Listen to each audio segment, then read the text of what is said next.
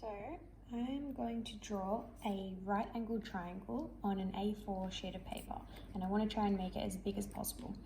So in order to make it as big as possible, I'm going to start by drawing my corner, or one corner of the right angled triangle in the corner of the page. So I'm going to draw a dot. That's going to represent the vertex of the triangle. And then I'm going to use my ruler to extend that dot out along the edge of the page into one of the sides of the right angle triangle. So I'll just make sure that the ruler is lined up.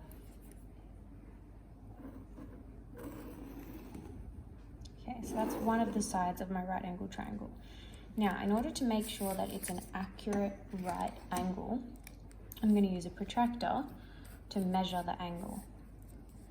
So I need to make sure that the center of my protractor here lines up with the dot that I drew. So make sure that lines up, and then I'll make sure that this bottom line on the protractor, the zero line or the zero arc, lines up with the side that I've drawn as well. So make sure that lines up. That looks like it lines up pretty well.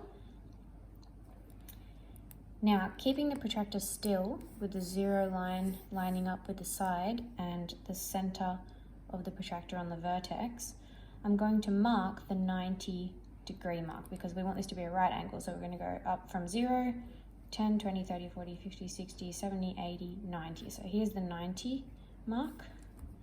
I'm just going to mark that there with my protractor. Okay, now I can move my protractor away, and I can use my ruler to create another side of the triangle.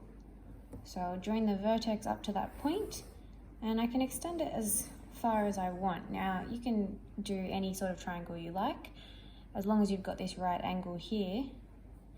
So you can do one side really long and this side really short, or you might like to do both sides really long. We'll start with doing this side really short. So now all I need to do is connect up the other two sides of my triangle and I'll have a right angle triangle.